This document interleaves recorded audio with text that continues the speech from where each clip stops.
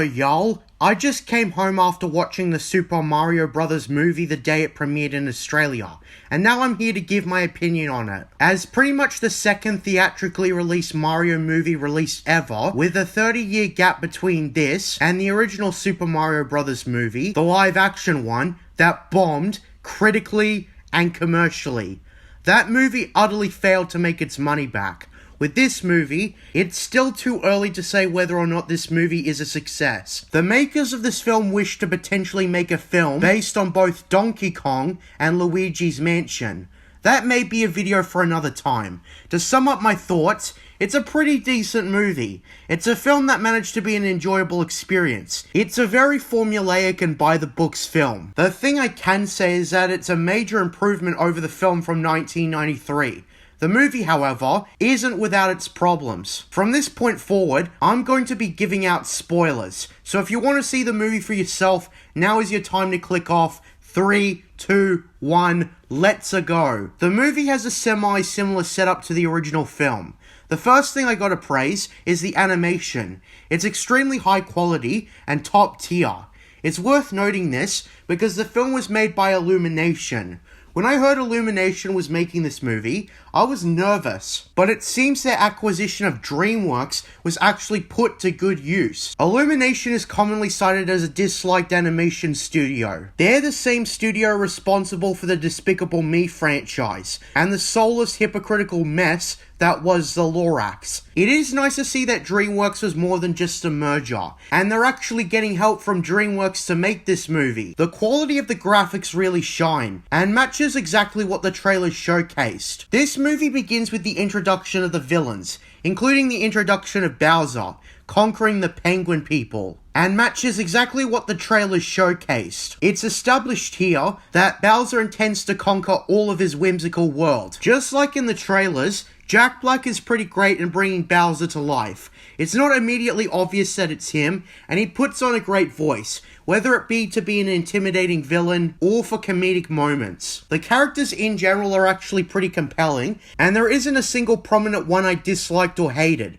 With that being said, Bowser acquires a Power Star, the first of many references from the games. The pacing of this film is rather fast. It moves from one scene to the next with speed. The story this film tells is rather simple. It could be argued that they're taking tiny, little baby steps after a 30-year failure. It's mostly how you'd expect. This version shares some similarities with the original 1993 film by having Mario and Luigi, played by Chris Pratt and Charlie Day respectively, be plumbers in and around Brooklyn, New York. Our first introduction with them is a commercial they set up on television. In our opening moments, it's shown that Mario and Luigi are nobodies. They're an embarrassment to everyone. When it comes to the iconic duo, Chris Pratt would not be my first choice for a celebrity to play Mario, but Chris Pratt was able to carry the movie as Mario well enough. He's probably the weakest of the main voice actors, but he held his own regardless. The brothers fail their first job at resolving a plumbing issue due to the interference of an aggressive dog. We even see that their family doesn't respect them fully. However, Mario and Luigi attempt to boost their reputation when we encounter a major sewage problem in a street nearby. This is the catalyst for the Mario brothers to enter the realm of the Super Mario world. That's what I mean when I say this film resembles the setup of the original film. Like the original, the Mario brothers are plumbers who get sucked into the crazy other world. Thankfully, this movie is more faithful to the source material. It was a mistake for the original film to be live action, and none of the mistakes in that regard are repeated. Something that kinda disappointed me was Luigi's mitigated role past the point of being separated from his brother Mario, as he's captured by the bad guys and locked up for most of the film. The journey is very much Mario's. Luigi isn't used for much of the film past this point, besides being a key motivator for Mario. As seen in the trailers, he comes across Toad, played by comedian Keegan-Michael Key. While his voice does not resemble that of the Toads in the video games, he is perfectly suitable for the role. The Toad in this movie is more characterized. He instantly befriends Mario, which, by the way, this sort of stuff happens in the movie a lot. This movie isn't one for complex character development. Anyways, Mario is taken to the Mushroom Kingdom. I like the set piece given for said location, as it's colorful and vibrant. This movie despite its typically family-friendly film length, has a lot of references and Easter eggs for a lot of the obstacles encountered throughout the Mario franchise. This movie is quite frankly energetic, and it's entertaining enough to make it through the whole thing without glancing down at your phone or whatever. Mario meets Princess Peach, who, contrary to the games, is not a useless damsel in distress. And dare I say it, she actually managed to be one of the best characters in the film.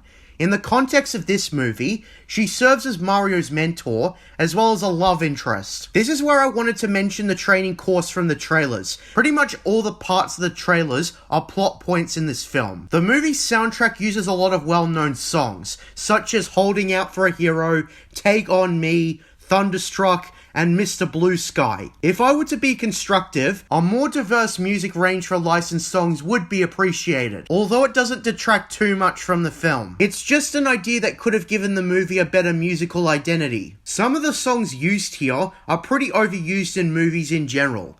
Mario, Toad, and Princess Peach proceed to go on a journey to ask assistance in the Jungle Kingdom to repel Bowser's forces. The dialogue around this part I noticed was very simplistic.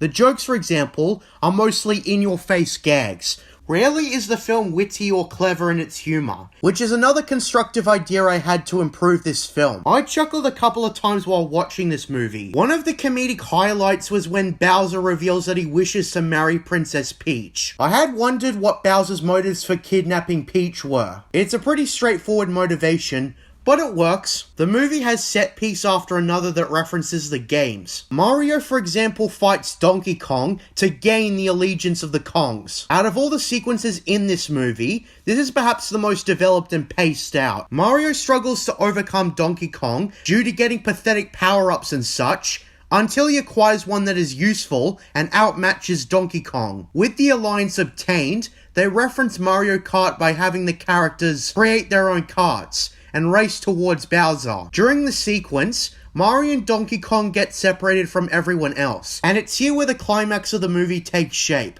Bowser forces Peach to marry him, but defies him at the last minute and takes him on. Everyone comes together, and the climax is even taken to Brooklyn, in which Mario and Luigi acquire the star, and their disco powers from the games make them invulnerable, and Bowser is defeated by being force-fed a mini mushroom and locked away. There's also two credit scenes, the first being a mid-credit scene, in which Bowser is locked up, and the second happens after the credits, in which they tease Yoshi, who was absent for the entire movie. To describe the enjoyability of this movie, I bet hardcore Mario fans will find a kick out of it, as it includes so many references from different Mario games. For example, King Bomb-Omb from Super Mario 64 makes a cameo as a guest at the wedding of Bowser and Peach. This isn't really a story-driven movie. The story is rather minimal, and it's just a simple adventure from the Mario universe. The film makes changes to the source material when appropriate, and the celebrity voice actors managed to be pretty good. Chris Pratt probably wasn't the best choice again, but he was still servable. So to wrap this video up, the positives include incredible animation, memorable characters, and being a gift to Mario fans, but downsides include the rather lacking story, the uninspired licensed music choices, and not being as creative as it could be. I give the Super Mario Bros. Movie a solid 7 out of 10. Decent is how I'd describe this movie in one word. I'm JJ Plagiarisms. And until next time, what are stories but mystery boxes?